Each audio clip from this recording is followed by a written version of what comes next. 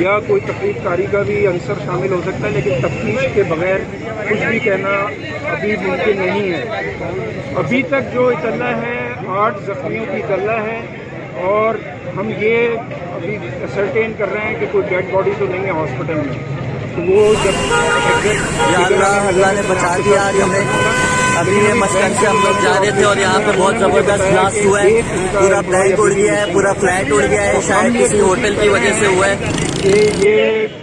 Urban rescue team کو mobilise کیا ہے ہم نے، کراچی میٹروپولیٹن کارپوریشن کی، ان کے پاس سینسرز بھی ہیں اور کٹرز بھی ہیں،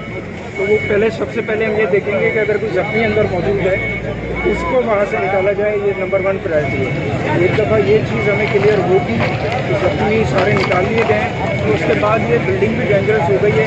تو اس کے بعد اس بلڈنگ کو بھی پھر ڈیمولش کیا جائے۔ اس بلڈنگ کنٹرول اتھارٹی کا عملہ اب تک نہیں پہنچا جو کہ اس بلڈنگ کے موجود ہیں، ڈائریکٹر موجود ہیں، میری ان سے ملاقات بھی ہوئی ہے، لیکن اب یہ ہے کہ پہلے ریسکیو ہو جائے تو اس کے بعد پھر ان کی نگرانی میں اس کو ڈیمولش